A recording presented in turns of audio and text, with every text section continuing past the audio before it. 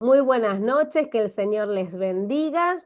Vamos a estudiar en esta noche el libro de los Hechos. Seguimos avanzando en el conocimiento de la palabra, en el crecimiento espiritual y queremos que Dios nos guíe y nos hable a través de este estudio bíblico. Señor, te damos gracias porque nos podemos acercar a tu presencia con confianza. Sabemos que tu palabra es la verdad y que nos guía a toda la verdad. Queremos aprender más de ti y que esta sea una noche de preparación, de ministración. Hablanos, guíanos, Señor, en lo que vamos a estar estudiando y que cada persona que pueda ver este video también reciba de tu palabra y de tu presencia. En el nombre de Jesús, amén. Amén.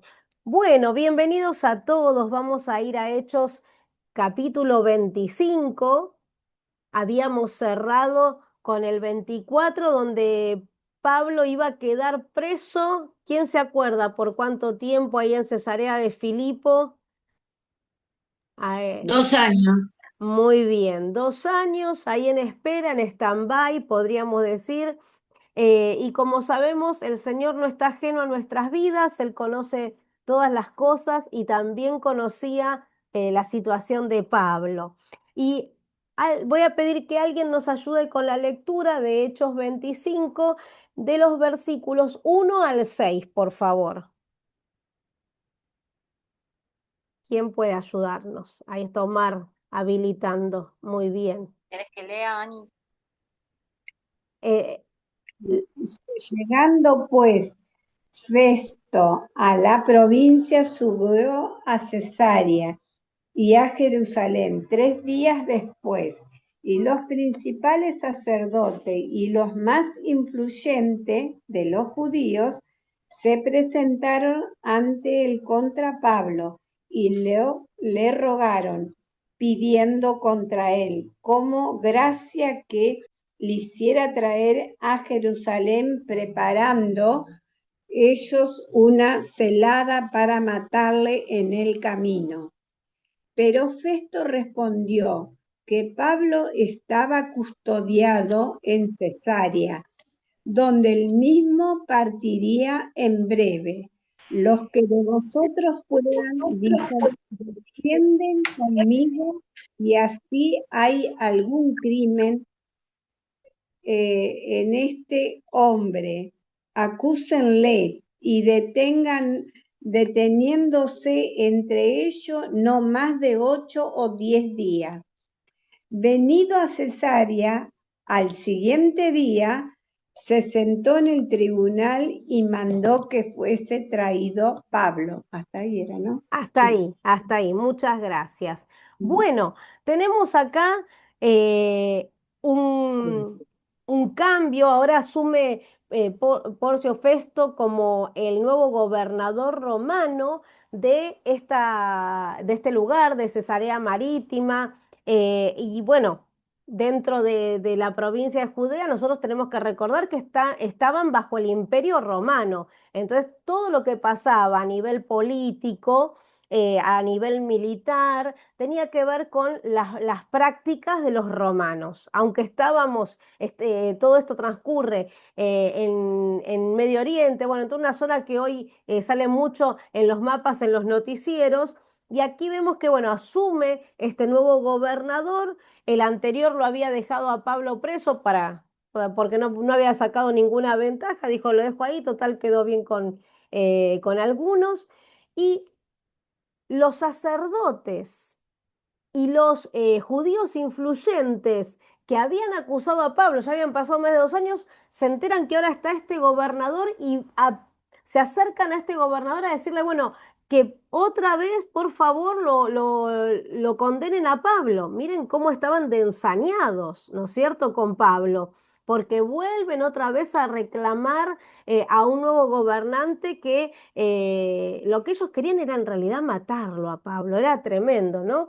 Así que como este varón, este nuevo gobernante, escucha esta petición y explican, no lo voy a hacer traer a Pablo a Jerusalén porque él está preso en Cesarea, está ahí custodiado. Si ustedes quieren acusarlo nuevamente, viajen a donde él está, que es donde este gobernador iba a tener que regir, ¿no es cierto?, su mandato, y ahí evaluaremos si las acusaciones son las correctas, si hay pruebas, bueno, tendrá su sentencia y si no, quedará libre, ¿no es cierto? Así que fíjense cuánto odio había en estas personas que seguían insistiendo en que Pablo fuera acusado, juzgado y en lo posible que le quitasen la vida. Alguien que nos pueda leer del 7, Cari había habilitado antes, del 7 al 12, por favor. 7 al 12.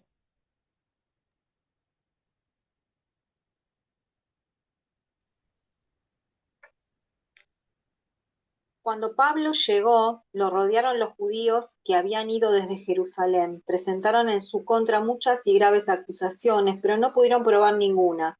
Pablo en su defensa dijo, yo no he cometido ningún delito, ni contra la ley de los judíos, ni contra el templo, ni contra el emperador.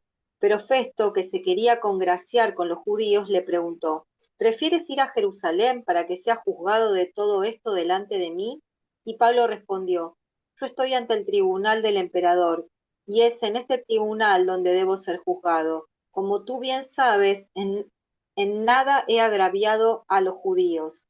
Si he cometido algo que merezca la pena de muerte, no me rehúso a morir, pero si las acusaciones que se me hacen no tienen sustento, nadie puede entregarme a ellos. Yo apelo al emperador. Entonces Festo habló con el consejo y después de consultar con ellos respondió, puesto que has apelado al emperador, ante el emperador comparecerás. Gracias. Bueno, acá tenemos una nueva situación. Otra vez estos acusadores se trasladan entonces, hacen nuevamente esta petición. Pablo nuevamente se defiende, pero ahora en esta defensa que hace Pablo diciendo, bueno, todo lo que dicen de mí no es cierto y no lo pueden probar porque son todas mentiras, pero ante la insistencia, ¿no es cierto?, de aún ser llevado nuevamente a Jerusalén y demás, Pablo va a pedir comparecer ante el César.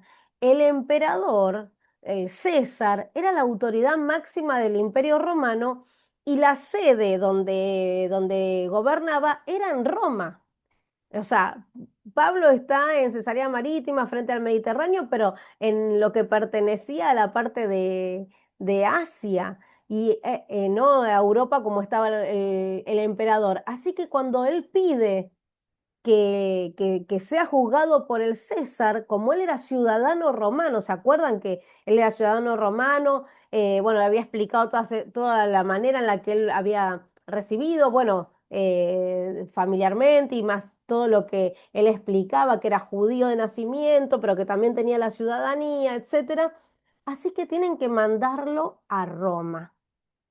Eh, Realmente nosotros sabemos y recordamos que hemos estudiado en capítulos anteriores que cuando a Pablo se le anuncia que iba a ir a Jerusalén, que iba a sufrir mucho, bueno, y ya vimos todo el tema de los sufrimientos, que lo encarcelaron y demás, también él recibe el ánimo de que recibe de parte de Dios que no tuviera preocupación porque él iba a tener que ser testigo de Dios en Roma. O sea que acá se prepara, digamos, esa puerta que lo va a llevar al destino que Dios tenía preparado para que Pablo cumpliera el plan de Dios. Festo no se puede negar y entonces al hacer esto Pablo tiene que habilitar ese traslado hacia Roma. Nosotros, o sea, hoy pensamos en esto y decimos, era en ese momento el César era la figura de mayor autoridad en el mundo conocido. En ese momento era lo máximo, ¿sí? Así que vemos cómo realmente Dios en cada detalle preparando cada situación y vamos a recordar en un ratito que cuando Pablo se convierte, ¿sí? Cuando él recibe a Cristo, él también, hay una palabra sobre él de que él iba a estar frente a reyes, frente a autoridades, ¿sí? Así que había toda una dirección de Dios en los pasos de Pablo. Avanzamos a, la próxima parte de la palabra en el versículo 13 y vamos a ir del 13 al 22, ¿sí? Esta es una nueva parte, aparecen nuevos personajes en esta historia de la vida de Pablo. Versículos 13 al 22. ¿Quién nos puede ayudar? Ahí Giovanni, está, Miri, gracias. bueno, en el nombre del Padre, del Hijo y del Espíritu Santo. Pasados algunos días, el rey Agripa y Berenice vinieron a Cesarea para saludar a Festo, y como estuvieron allí muchos días, Festo expuso al rey la causa de Pablo, diciendo: un hombre ha sido dejado preso por Félix, respecto al cual, cuando fui a Jerusalén, se me presentaron los principales sacerdotes y los ancianos de los judíos, pidiendo condenación contra él. A estos respondí que no es costumbre de los romanos entregar a alguno a la muerte antes que el acusado tenga delante a sus acusadores y pueda defenderse de la acusación. Así que, habiendo venido ellos juntos acá, sin ninguna dilación, al día siguiente, sentado en el tribunal, mandé traer al hombre. Y estando presentes los acusadores, ningún cargo presentaron de los que yo sospechaba, sino que tenían contra él ciertas cuestiones acerca de su religión y de un cierto Jesús, ya muerto, el que Pablo afirmaba estar vivo. ¿Hasta cuál dijiste, Ani? 22, por favor. Yo, dudando en cuestión semejante, le pregunté si quería ir a Jerusalén y allá ser juzgado de estas cosas.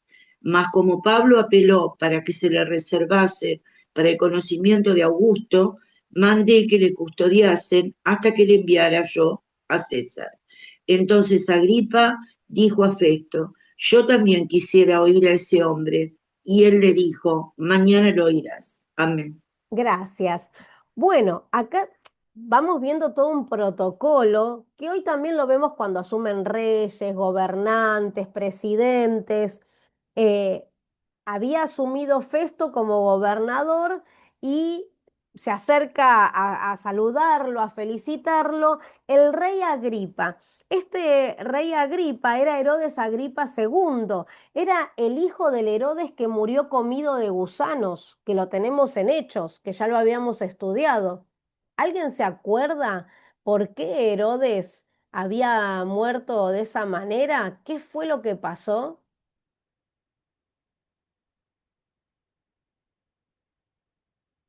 En Hechos 12:23 está el texto. Ani, Sí, Cari. que él se pensaba que era Dios, o sea, se pensaba que era un Dios, hablaba como si fuera Dios. Creo que era él el que fue Ujú. comido por gusano, ¿no? Exactamente, la gente lo aclamaba, ¿no es cierto? Le decía voz de Dios y no de hombres, y él en vez de decir, no, gente, o sea, tengo autoridad, pero no soy Dios, y como se adjudicó, ¿no es cierto? Recibió esa adulación, enseguida todo su cuerpo se descompuso por dentro y murió. Este Agripa es Herodes Agripa II, es el hijo de ese, porque sabemos que la monarquía, lo que es reinado, se hereda así en sucesión, ¿no es cierto? Familiar. Y Berenice es la hermana del rey Agripa, es la hermana. Cualquier parecido con la realidad, ¿eh? Así que estaba esta autoridad con su hermana yendo a hacer esta visita protocolar a saludar a Festo, que ahora era el nuevo gobernante. Bueno, claro, conversaciones, ¿no es cierto?, de personas en autoridad. Festo cuenta de que Félix, el anterior gobernador, dejó a un preso que decía que Jesús lo habían matado, pero que estaba vivo, ¿no? Y claro, era una situación diferente a la de otros presos, ¿no? No es que era un asesino o no es que un ladrón, no, le estaba contando que una cuestión ideológica. Así que el rey Agripa va a decir, bueno, yo quiero quiero escucharlo, quiero escuchar a ver a este preso, qué es esto que tiene para contarnos, ¿no es cierto? ¿Por qué esta acusación? Así que vamos a avanzar entonces en los versículos 23 al 27. ¿Quién nos puede ayudar? Yo leo. Dale, Estelita. Al otro día, viniendo Agripa y Berenice con mucha pompa y entrando en la audiencia con los tribunos y principales hombres de la ciudad, por mandato de Festo, fue traído Pablo. Entonces Festo dijo: Rey Agripa y todos los varones que estáis aquí juntos con nosotros, aquí tenéis a este hombre, respecto del cual toda la multitud de los judíos me ha demandado en Jerusalén y aquí dando voces que no debía vivir más. Pero yo, hallando que ninguna cosa digna de muerte ha hecho, y como él mismo apeló a Augusto, he determinado enviarle a él. Como no tengo cosa cierta que escribir a mi señor, le he traído ante vosotros y mayormente ante ti, oh rey Agripa, para que después de examinarle tenga yo que escribir, porque me parece fuera de razón enviar un preso y no informar de los cargos que haya en su contra. Gracias. Bueno, como vemos, todo este protocolo, ¿no es cierto? Bueno, ahí entra el rey, como dice, con toda la pompa, con todos los que acompañaban, ¿no es cierto? Las personas importantes que podían ingresar, los tribunos que tenían cargo militar, político, ¿no es cierto? Y, y claro, Festo dice, bueno, también necesito que Pablo vuelva a hablar y que me ayuden a decidir qué le escribo al César, o sea, en calidad de qué mando a este preso, ¿no es cierto? ¿Cuál es el motivo? Tiene que haber un motivo por el cual está preso y todo, como él mismo dice, Festo dice, yo no encuentro nada para acusarle. Qué tremendo, ¿no? O sea, no encuentro nada, pero no lo suelto. ¿No? Y ahora, bueno, no lo podía soltar porque Pablo había apelado a César. Así que una vez más aparece la oportunidad de Pablo de presentar defensa. Sabemos que cada vez que Pablo expresaba su defensa, en realidad lo que hacía era aprovechar a predicar de Jesús. ¿Sí? No buscaba defenderse a sí mismo, sino realmente expresar la fe en Jesucristo. Y nosotros sabemos que toda oportunidad que tenemos para hablar con otras personas también tiene que ser una oportunidad para compartir el Evangelio, para compartir a Jesús.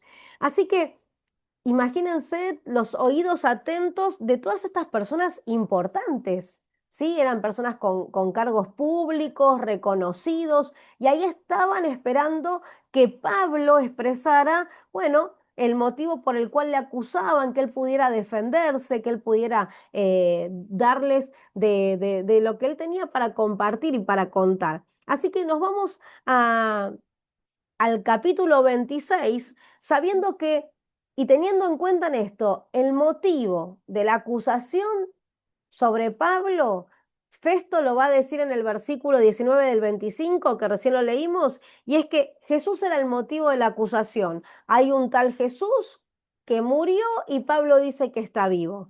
Fíjense que eso obviamente no tiene sustento para mandar a alguien a la cárcel, pero así Pablo ya venía más de 2 años preso y con peligro de muerte.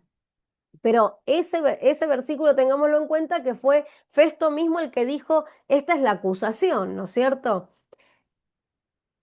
Entramos al capítulo 26, donde Pablo ya está presente ante el rey Agripa, y me gustaría que antes de leer el capítulo 26, alguien pueda leernos Hechos 9:15, para recordar esto de que Pablo iba a estar ante reyes.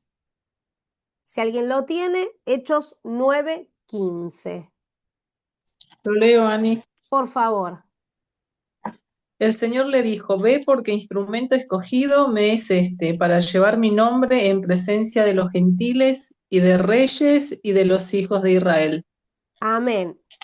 En este momento, Dios le está hablando a Ananías, que fue la persona encargada de ir a orar por Pablo cuando él queda ciego, ¿sí? Que Ananías obviamente sabía que Pablo era un perseguidor y que Dios le dice, andá y orá por él porque este me va a servir. Y fíjense de qué manera, llevando testimonio a los gentiles, que eran todos los que no fueran judíos, a los reyes y también a los hijos de Israel. O sea, Pablo le predicó a judíos, a gentiles y también a autoridades como los reyes. Y ahora Pablo está parado ante el rey Agripa para poder compartirle de Cristo. O sea que el Señor, lo que había dicho de Pablo, ahora se estaba cumpliendo.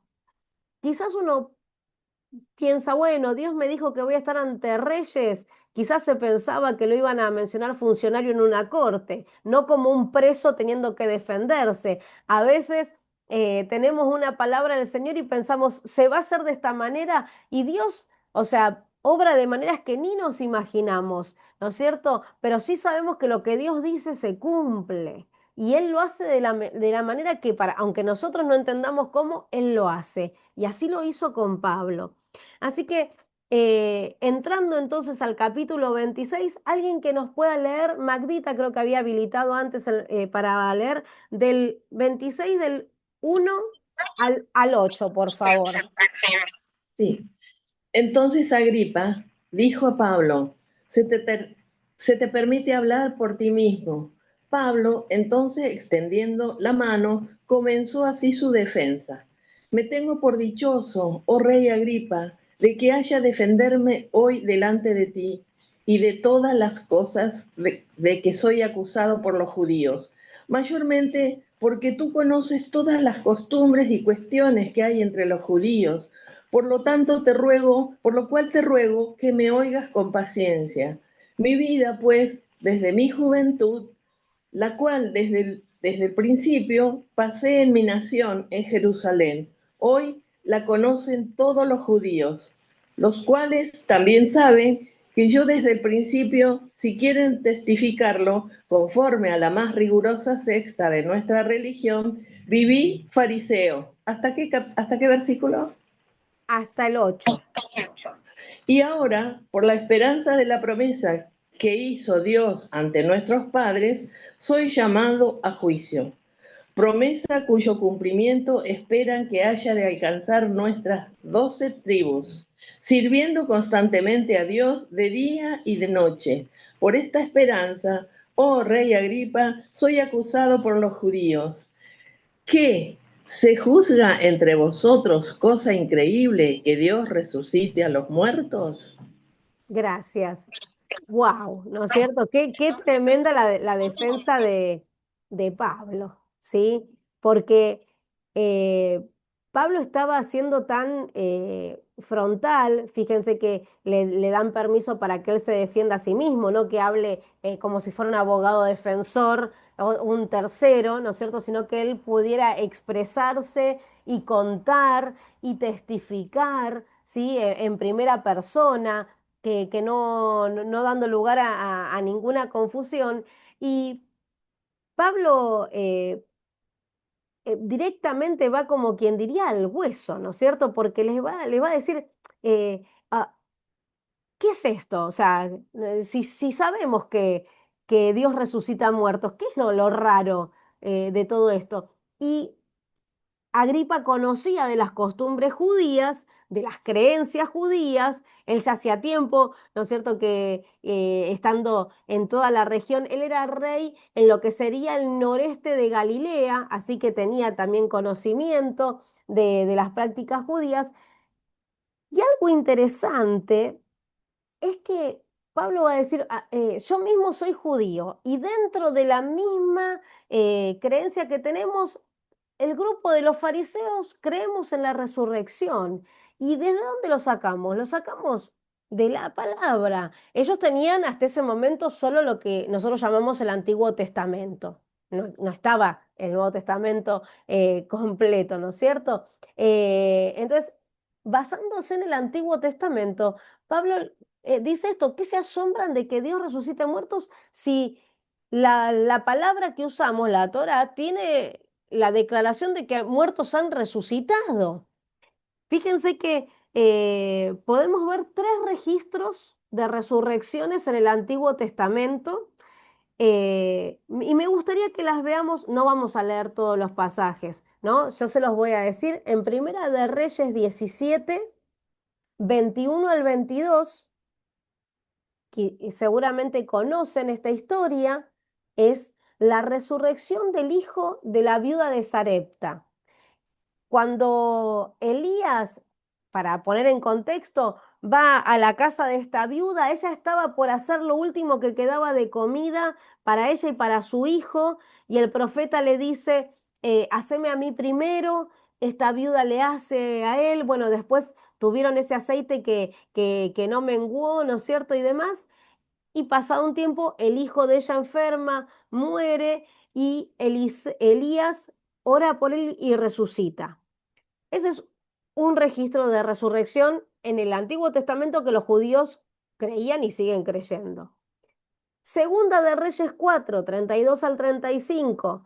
El hijo de la mujer sunamita, esa mujer que recibía a Eliseo, que le había preparado un cuarto en su casa para que cuando pasara el profeta tuviera donde hospedarse, y que Eliseo le profetiza: de aquí a un tiempo vos vas a tener un hijo, y que la mujer le dice: no te burles de mí, yo no te pedí hijo, porque sabía que ella y el esposo no podían tener, y tiene un hijo, y pasado el tiempo ese hijo ya más grandecito fallece, y Eliseo ora por él y resucita. Esto también está en nuestro Antiguo Testamento. Un tercer caso, una vez Eliseo ya muerto, en su tumba hay toda una situación en la que iban, bueno, rápido, y se deshacen de un hombre muerto y lo tiran en la tumba de Eliseo, ¿sí? Porque iban de corrida. Después, si quieren, léanlo, Segunda de Reyes 13, 21. Y cuando el muerto cae y toca los huesos de Eliseo en la tumba, este hombre resucita. ¿Sí? Estos 3 casos de resurrección están registrados en el Antiguo Testamento. Y de hecho, Pablo dice, las 12 tribus de Israel esperamos la resurrección, tenemos esa certeza, esa confianza. Y a mí se me juzga por creer que uno resucitó, cuando ya en la Biblia, o sea, ya en el Antiguo Testamento ellos tenían registro de muertos resucitados. Pablo va a explicar que nosotros creemos en que Jesús es primicia de la resurrección de los que resucitan. ¿En qué sentido es el primero? Porque los otros que resucitaron volvieron a morir. Si no, tendríamos con nosotros caminando todavía al hijo de la viuda de Sarepta, al hijo de la mujer sunamita, como el caso de Lázaro, ¿no es cierto? Todos los que resucitaron volvieron a morir. Jesús es el primer caso en morir, resucitar y no volver a morir.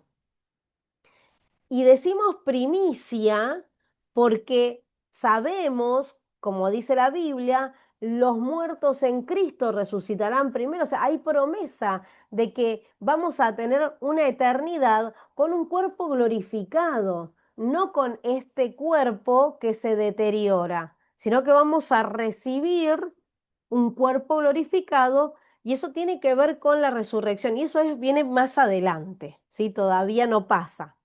Hoy en día los que mueren creyendo en Jesús como su Salvador, bueno, el cuerpo queda aquí, ¿sí? Sea cual sea la manera en la que le toque morir, pero el alma y el espíritu van a la presencia de Dios.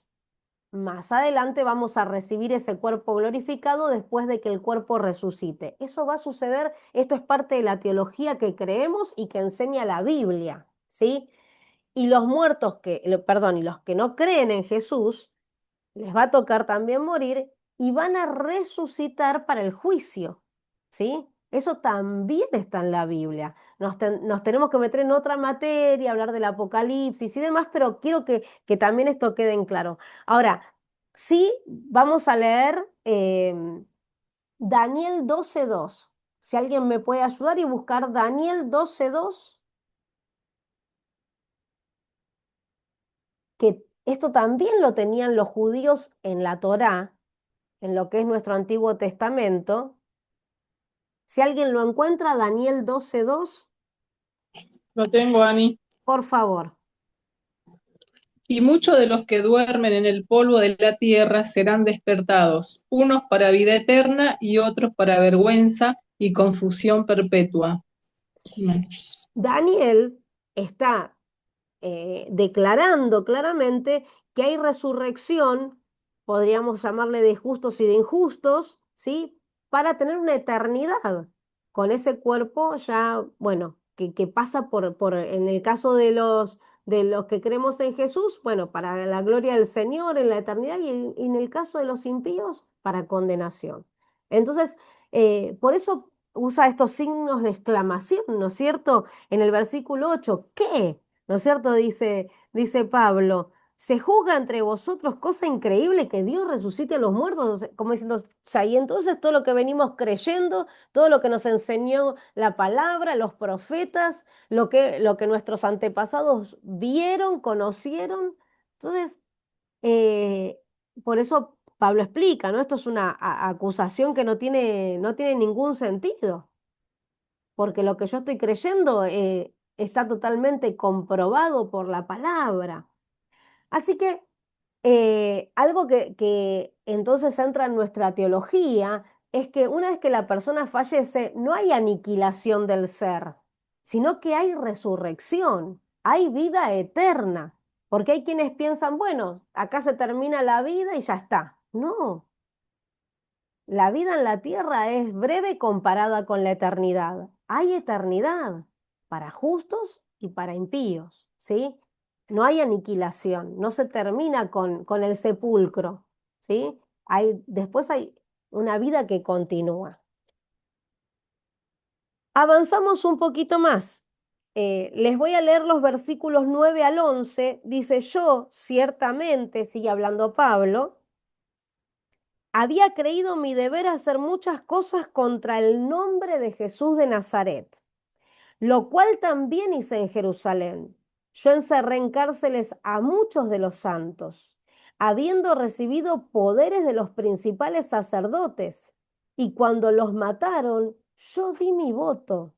Y muchas veces, castigándolos en todas las sinagogas, los forcé a blasfemar, y enfurecido sobremanera contra ellos, los perseguí hasta en las ciudades extranjeras. Pablo les está contando que él también fue un perseguidor, así como hoy estaba siendo el perseguido, él había sido un perseguidor de cristianos. Él había consentido en que los cristianos fueran encarcelados y los mataran por creer en Jesús como Salvador. Él había obtenido permisos para ir aún fuera de su lugar, que era Jerusalén, de ir a ciudades extranjeras. Acuérdense que cuando Pablo llega a Damasco, la distancia que había, él estaba en otro lugar y ahí también, y ahí es donde se encuentra con Jesús, en una ciudad extranjera, donde Jesús se le presenta y él puede conocer a Jesús de Nazaret, al Mesías que él esperaba como judío. Pero qué terrible, ¿no? Su fanatismo y su ceguera, que pensaba que estaba haciendo bien, él lo explica. Él lo está contando de esta manera, él creía que estaba haciendo lo correcto. Y ahora hace esta explicación ante Festo, que era el gobernador, ante el rey Agripa, ante las autoridades militares, ante todos los que estaban ahí, personas importantes, ¿no? Que estaban escuchando.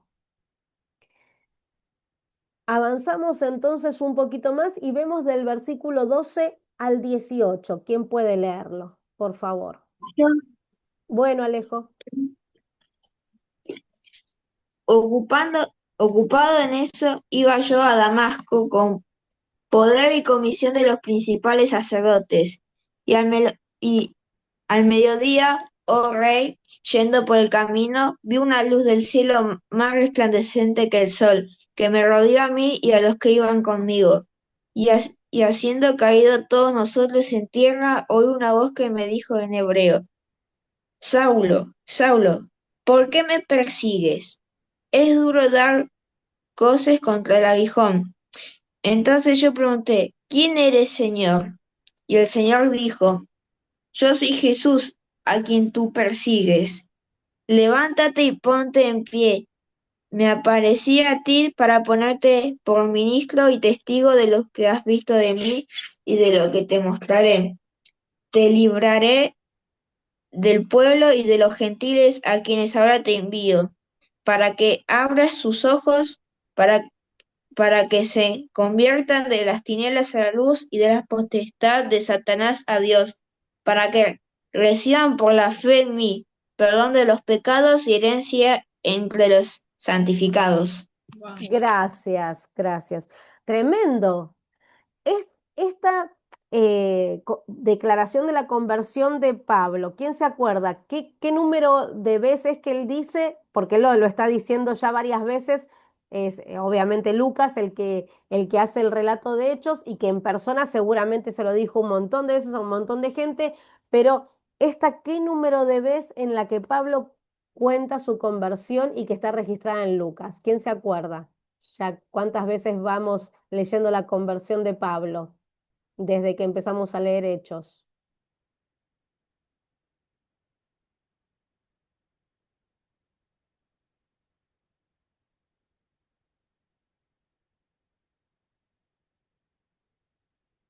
En la primera fue en Hechos 9, ¿sí? Donde él se convierte y ahí entra el relato inicial de la conversión de Saulo. ¿4 veces? Lore, esta es la tercera, pero bien, bien, bastante cerquita estuviste, bien. Esta es la tercera vez que tenemos el relato de la conversión de Saulo, ¿sí? Y claro, Saulo, una y otra vez testificando, algunos en sus Biblias seguramente tendrán el detalle, Hechos 9, Hechos 22 y ahora Hechos 26, son los tres momentos en el libro de Hechos que se relata la conversión de Saulo. Él aprovechaba su testimonio para predicar de Cristo, para contar cómo había sido, ¿no es cierto? Él iba a perseguir cristianos, a encarcelarlos, una luz más resplandeciente que el sol se le aparece, una voz que le dice: Saulo, Saulo, ¿por qué me persigues? Y ahí la conversión de este hombre tan fanático, tan religioso, convirtiéndose a Cristo, reconociendo que Jesús era el Mesías, que el Mesías había pagado, ¿no es cierto?, por los pecados de la humanidad y que ahora al creer en Él, como dice ahí, ¿no?, que todos los que creen en Él se conviertan a la luz, dejen de pertenecer a Satanás, ¿no es cierto?, estar bajo influencia de Satanás, reciban perdón de los pecados y tener herencia entre los santificados, ¿no? Qué claridad con la que transmite. Y esto para nosotros también es una enseñanza. Qué importante es poder contar nuestro testimonio a otras personas para que crean en Jesús, poder contarles, bueno, cómo era nuestra vida, ¿no? Qué cosas tuvimos que dejar, cuál fue nuestro cambio, de qué manera le dimos lugar a Jesús en nuestro corazón y qué estamos haciendo ahora para Jesús, ¿no es cierto?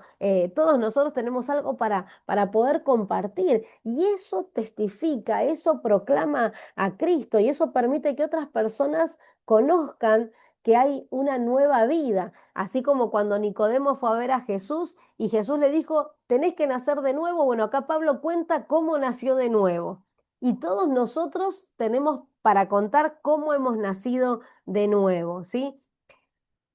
Así que bueno, avanzando en nuestra lectura, vamos a los versículos 19 al 23. ¿Quién puede ayudarnos?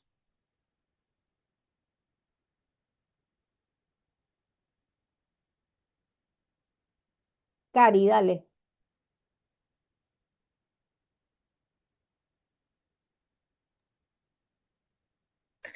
Por eso, rey Agripa, no desobedecí esa visión celestial, sino que comenzando por los que viven en Damasco y en Jerusalén, y siguiendo por los que viven en Judea, sin pasar por alto a los no judíos, les anuncié que debían arrepentirse y volverse a Dios, y mostrar con sus hechos que realmente se habían arrepentido. Y por esto los judíos me aprendieron en el templo y trataron de matarme.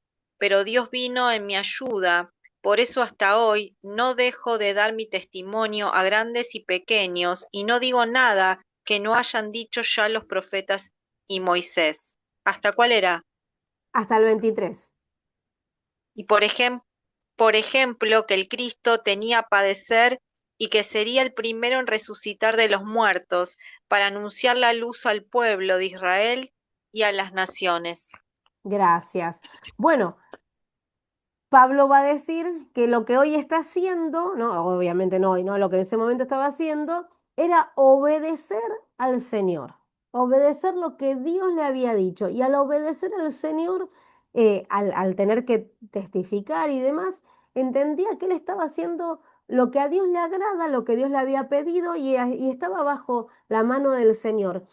Y fíjense que Pablo va a declarar esto, ¿no? Que el Cristo debía padecer, ser el primero de la resurrección entre los muertos, para anunciar luz al pueblo y a los gentiles. Ahí ustedes tienen seguramente Isaías 42, Isaías 49, distintos textos aparecen en la Biblia donde Pablo menciona tal cual, o sea, lo que se dice en el Antiguo Testamento, él lo dice que el Cristo venía para hacer luz al pueblo de Israel y también a los gentiles, cosa que para los judíos siempre era tan difícil pensar en que los gentiles merecían una oportunidad de salvación, y sin embargo ya estaba en el Antiguo Testamento. Y quiero leerles un texto en Isaías, Isaías 53, versículos 10 al 12, que dice: con todo eso Jehová quiso quebrantarlo, sujetándolo a padecimiento. Cuando haya puesto su vida en expiación por el pecado, verá linaje, vivirá por largos días, y la voluntad de Jehová será en su mano prosperada. Verá el fruto de la aflicción de su alma y quedará satisfecho. Por su conocimiento justificará a mi siervo justo a muchos y llevará la iniquidad de ellos. Por tanto, yo le daré parte con los grandes y con los fuertes repartirá despojos, por cuanto derramó su vida hasta la muerte y fue contado con los pecadores, habiendo él llevado el pecado de muchos y orado por los transgresores. Esta profecía de Isaías, que se dio 700 años antes de que Jesús naciera en Jerusalén y luego padeciera en la cruz, está profetizando al siervo sufriente, al Mesías, y se cumplió tal cual en nuestro Señor, ¿sí? Se cumplió tal cual en Jesús. Así que cuando Pablo hace referencia de la obra de salvación del Mesías, puede declarar claramente, bueno, que iba a resucitar, y ahí nos dice que aún en su muerte vivirá largos días. En ese vivirá largos días se da a entender esto de esta eternidad, de este volver a vivir, de poder continuar. Y cómo y de qué manera el Señor expió, o sea, pagó por los pecados, oró por los transgresores. Si se acuerdan, él en la cruz dijo: Padre, perdónalos porque no saben lo que hacen, por ejemplo, ¿no es cierto? Así que tal cual se cumplió en Jesús. Y Pablo, reconociendo todo esto y la obra del Señor, es que cuenta su testimonio y testifica cómo obedece a Dios, cómo su vida ha cambiado y cómo es que el Cristo, el Salvador, fue muerto por los pecados, pero que resucitó, que está vivo, ¿sí? Y que eso es luz para los judíos como para los gentiles. Eso es lo que trae esa libertad, esa vida nueva. Así que ya llegando a la última parte de nuestro capítulo 26, ¿alguien puede ayudarnos con la última lectura desde el 24 hasta el 32, por favor?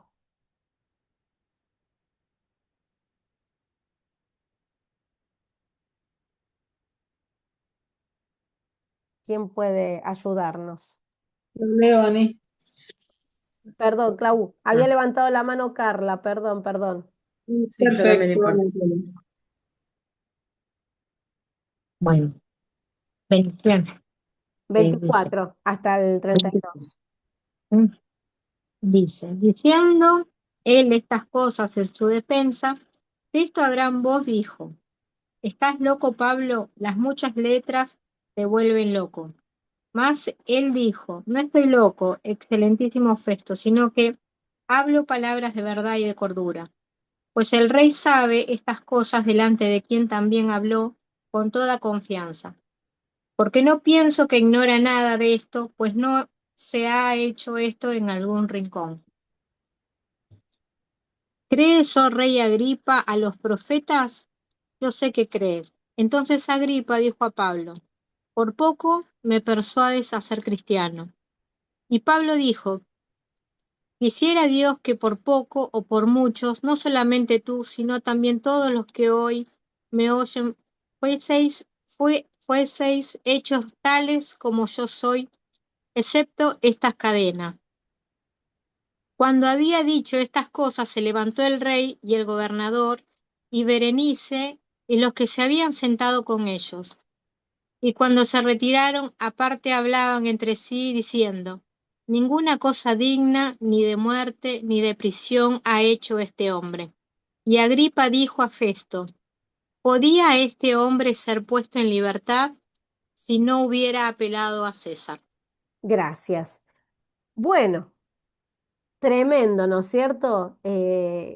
Con la mirada de cada uno. Para el gobernador Festo, Pablo estaba loco. Vamos a ver qué dice Primera de Corintios 1:18. Y esto lo escribe el apóstol Pablo. Primera de Corintios 1:18. Dice, porque la palabra de la cruz es locura a los que se pierden, pero a los que se salvan, esto es a nosotros, es poder de Dios. El que no cree piensa que estamos locos. El que no cree en Jesús no entiende. Pero los que creemos sabemos que la cruz es poder de Dios. Es el tremendo poder de salvación para la humanidad. Es el mensaje más glorioso, es la mejor noticia que podíamos recibir. Así que para Festo Pablo estaba loco, para el rey Agripa Pablo era un inocente y para Dios Pablo hizo lo correcto, apeló a César, se sacó un pasaje gratis a cumplir el plan de Dios. Qué importante es que en primer lugar Dios esté de acuerdo con lo que estemos haciendo, ¿no es cierto? Que nosotros seamos obedientes al Señor más allá de lo que piensen otros. Pero también saber que nosotros podemos dar todas las explicaciones y contar las maravillas del Señor. El que convence es el Espíritu Santo. El ser humano tiene libre albedrío. Dios le dio la libertad a las personas para que elijamos, por sí o por no, si lo queremos a Él o no lo queremos a Él. Dios no nos obliga a creer, pero sí nos da la oportunidad de elegirlo. ¿Sí? Así que en cada ocasión que tengamos podamos testificar, podamos contar nuestro testimonio, podamos hablar del amor del Señor. El Señor nos mandó a compartir las buenas noticias de salvación. El que convence es el Espíritu Santo y cada ser humano son los que deciden si aceptan o rechazan. Así que Pablo hizo lo que tenía que hacer. Tuvo la oportunidad de hablar, como él mismo dijo, quisiera que todos ustedes sean como yo, o sea, que todos sean cristianos, excepto estas cadenas, ¿no? Él estaba encadenado porque estaba preso. Así que quisiera que todos sean cristianos y que ese sea nuestro deseo y nuestro sentir. Señor, queremos que todos sean cristianos. Ese es el deseo de tu corazón, que todas las personas te conozcan, que todos sean salvos, que todos puedan reconocer que Jesús es el Señor y el Salvador. Eso es lo que realmente sabemos que el Señor anhela, era lo que Pablo anhelaba y era lo que nosotros también queremos. Así que no, si alguien piensa que estamos locos, si alguien piensa, bueno, pobre inocente, mirá, no lo entienden, lo importante es qué piensa Dios de nosotros, ¿sí? Que seamos obedientes a lo que el Señor tiene para nuestras vidas, que vivamos agradándole a Él y que sigamos siempre testificándole. Él es el único digno de ser exaltado. Señor, yo te doy gracias en esta noche por tu palabra. Gracias porque tu palabra nos enseña y nos direcciona, Dios. Y en esta noche todos juntos queremos pedirte por los que todavía no te conocen, Señor. Hay una gran audiencia que nos observa, que nos mira a diario, familia, amigos, vecinos, en el trabajo, en la escuela, en distintos lugares, que te necesitan a vos, Señor.